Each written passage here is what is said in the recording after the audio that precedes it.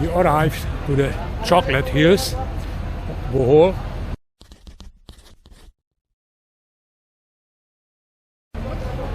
This is a main island, not a small island like where is the airport.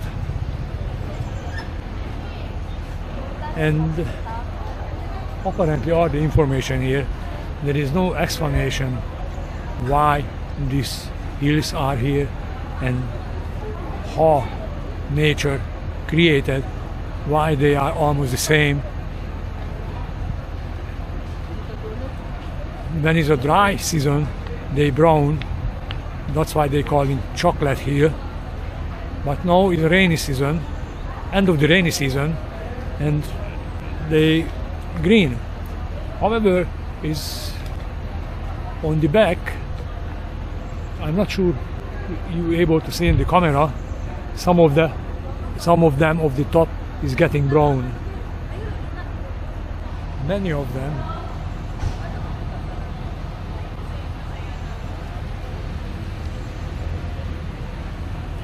There is smaller ones on the side and the bigger ones behind me.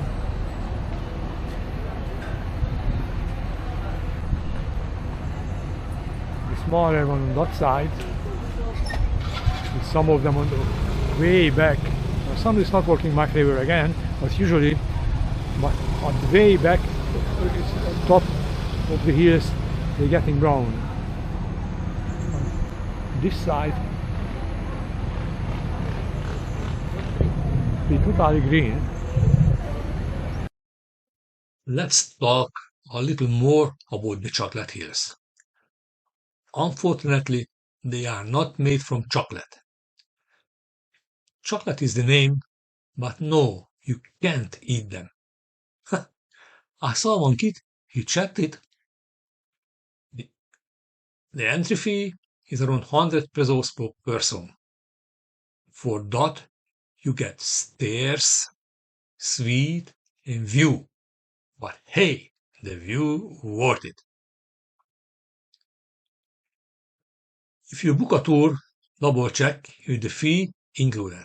Some tours say all inclusive, but forget the small print like ours did. Oops! Budget tips? Ask first, cry later. Now, how many hills are there? 1,260? 1,770? Nobody knows for sure. Maybe they lose count because, well, they all look the same after a while. Climbing up is not a joke. 220 steps in tropical heat. But once you are up, wow, hills everywhere. Like a green ocean of lumpy things. Beautiful. Unique. Yes. Instagrammable. Absolutely. Worth 100 pesos. Definitely. It is cheaper than a therapy. Remember, 220 steps up on stairs are just a metaphor for life. Steep, sweaty, but worth the view. So grab your camera, your water, and your sense of adventure. Just don't grab the hills. They are not chocolate. Trust me.